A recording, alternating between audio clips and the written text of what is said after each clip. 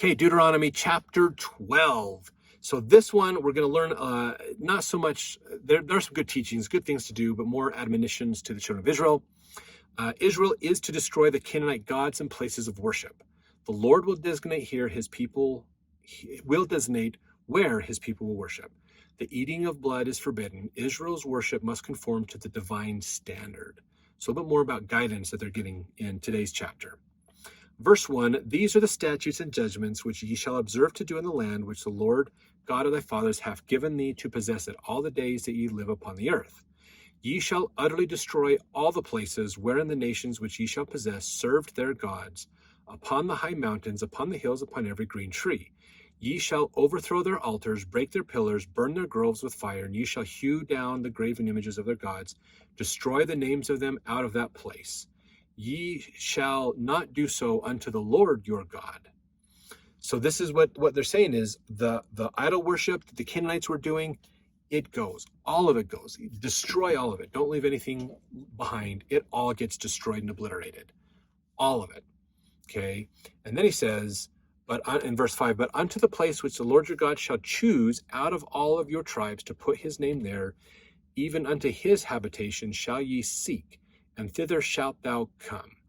Thither shall ye bring your burnt offerings, your sacrifices, your tithes, your heave offerings of your hand, your vows, your freewill offerings, the firstlings of your herbs and your flocks. There shall ye eat before the Lord your God, and ye shall rejoice in all that ye put your hand unto, ye and your households, wherein the Lord thy God hath blessed thee. So he's saying, where God says you're going to put the tabernacle, basically, is where you're going to put the tabernacle, and you're going to bring all of your stuff to the tabernacle, okay? And again, God didn't put an idol in place of him, like a statue, like Egyptian gods. The statues are there as a way for the gods to come and embody and communicate with the people, as a place for them to dwell. Whereas God says, no, there's no graven image of me. You don't know my image, and that's on purpose, because I don't want you to make an idol of me. So you know I'm here, you've heard my voice, you see the clouds, the fire, all that stuff.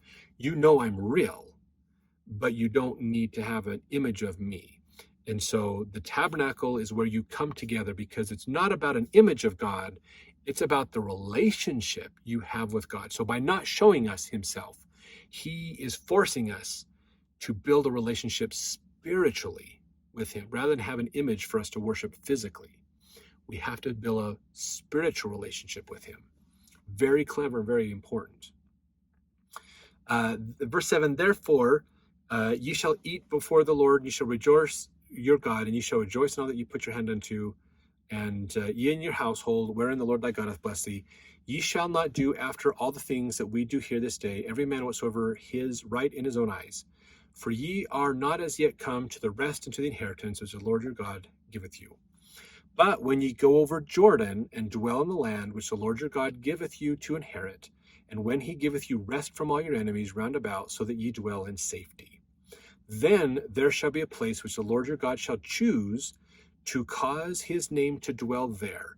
Thither shall ye bring all that I command you, your burnt offerings, your sacrifices, tithes, and the heave offering, and all your choice vows which you vow unto the Lord.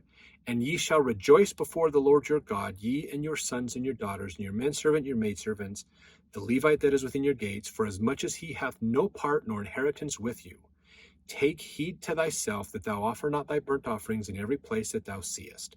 But in the place which the Lord shall choose in one of thy tribes, there thou shalt offer thy burnt offerings.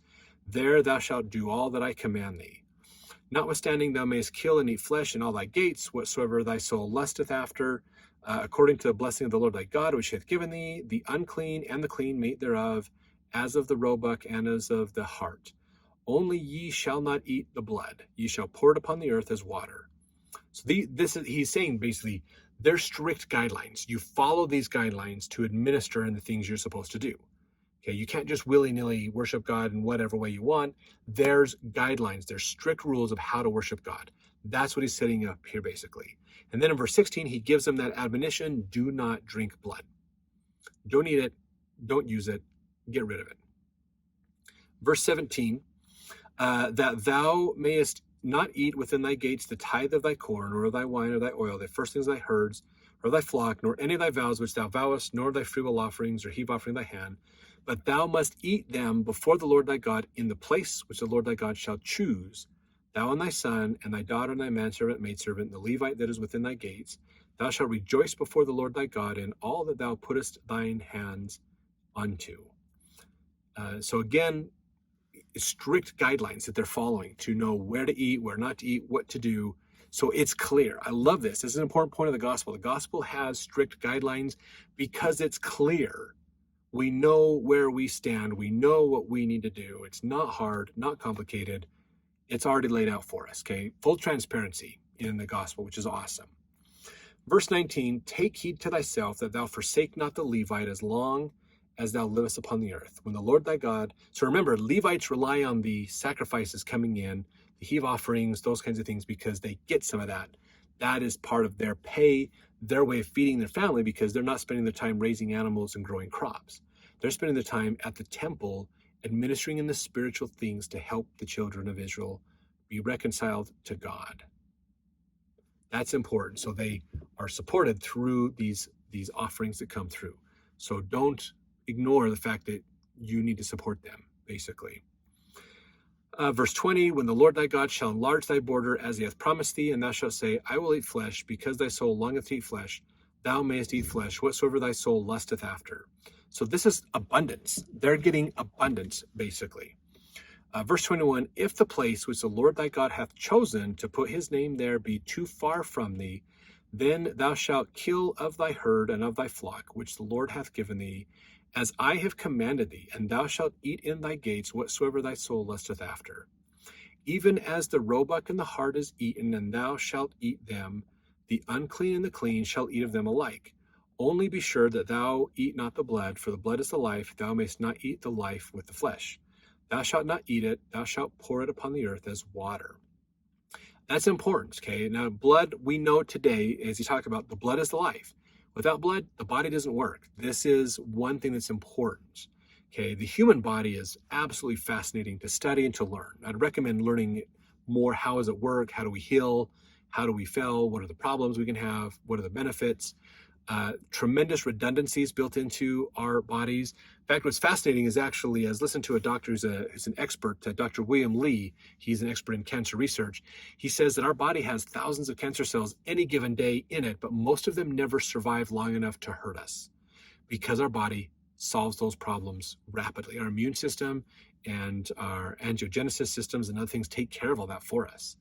Very few times does something take off, usually because we have too much stress, poor diet, poor lifestyles, those kinds of things, and then it leaves a window of opportunity that allows one cell out of thousands to make it through.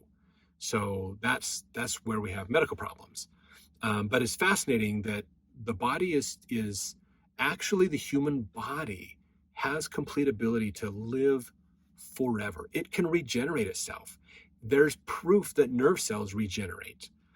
We can grow limbs. We can grow body parts. Other animals can do it. So cellular DNA structure has that possibility. We don't know how to tap into that all the way, but it's possible. The human body, as it is built, can run indefinitely. The problem is there's a failure point in the body. We call it aging. We call it getting older, or oxidation. The seeds of death is a common phrase in the Book of Mormon about that. And part of that's kind of the blood. Without the blood, nothing else in the body works. The blood is a key part of that. Hence why cardiovascular is so important. That health makes a big difference. Because if the heart doesn't pump, the blood doesn't move. If you lose too much blood, you die. If the heart doesn't pump, you die. Pretty simple. Most everything else in the body can be removed without you dying. You can literally live without your brain working because they can keep your heart pumping. If the heart stops pumping, you die. Pretty simple. So blood in the circulatory system is a very, very, very key factor. And so that's what we're talking about here. It is the life. And so it's kind of weird, I guess, to eat the life. So if you think about it from that Master Mahan principle, we're not here to destroy life, but to preserve life. That we've talked about several times. This goes along with that, basically. It's kind of that from a conceptual standpoint, basically. But we also know, if you look at it from a more scientific standpoint as well, The blood is where you get pathogens. The blood is where you get diseases and other problems floating around inside of us. So you want to be careful with that as well. It's the transportation system. So really, really wise, metaphorically and literally, that they did not eat blood back then, basically. Verse 25, thou shalt not eat it, that it may go well with thee and with the children after thee, when thou shalt do that which is right in the sight of the Lord. Only thy holy things which thou hast, and thy vows thou shalt take, and go unto the place which the Lord shall choose. And thou shalt offer thy burnt offerings, the flesh and the blood, upon the altar of the Lord thy God, and the blood of thy sacrifices shall be poured out upon the altar of the Lord thy God, and thou shalt eat the flesh. Observe and hear all these words which I command thee, that it may go well with thee, and with thy children after thee forever, when thou doest that which is good in right in the sight of the Lord thy God. When the Lord thy God shall cut off the nations from before thee, whither thou goest to possess them, and thou succeedest them, and dwellest in their land. Again, you will be blessed. You will not have to worry about other armies and people coming against you. You'll be taken care of, even if they're bigger than you. That doesn't matter. God will help you with this. We've seen this in the history of Israel, where they overcame lots of greater nations. As long as they're keeping the commandments, that's the problem. And this is they fell into this exact trap around 66 AD. They believed they were righteous because they won a battle against Rome. And that didn't prove true in 70 AD, which is known as the abomination of desolations that the prophet Daniel prophesied about. 70 AD is a very important time in scripture, Christian and Jewish history to study. Very, very important. They got wiped out bad by Titus and the Romans. It was pretty crazy. So just realize that. Again, in verse 30, take heed to thyself that thou be not snared by following them, after that they be destroyed from before thee, that thou inquire not after their gods, saying, how do these nations serve their gods? Even so will I do likewise. So again, the major downfall, and this is repeated I don't know how many times to the children of Israel, if you worship other gods, you will be destroyed. You're going to be wiped out like these people are. So don't do it. Unfortunately, what happens with Solomon's boys, King Solomon's sons? They switched to idol worship and destroyed them. That's the scattering of Israel. We're going to learn about that in Kings and Chronicles in that era. Okay, verse 31, thou shalt not do so unto the Lord thy God, for every abomination to the Lord which he hateth, have they done unto their gods, for even their sons, their daughters, have they burnt in the fire to their gods. What things soever I command you, observe to do it, thou shalt not add thereto, nor diminish from it. So again, there's that add to or diminish from it. Not to say that this whole scriptures, that verse is it, and there's no more after that, but that is an important thing for us to look at and say, this is the commandment we're given. Okay, it doesn't mean God can't change and adjust what he's done. It's proven he's already done that at least once with the children of Israel. But it says that man cannot change what God has given us, basically. Doesn't mean God can't change it, just that man can't change it. That's what that means. So very important for us to look at, very important for us to understand and realize that the Canaanites were wicked people and they're about to be wiped out because of their judgments. Okay, that's what's going to happen to them, basically. So thanks for watching. We got some more fun things to learn in the next chapter to see more of what's going on with these children of Israel as Moses is preparing them with his final speeches before they enter into the promised land.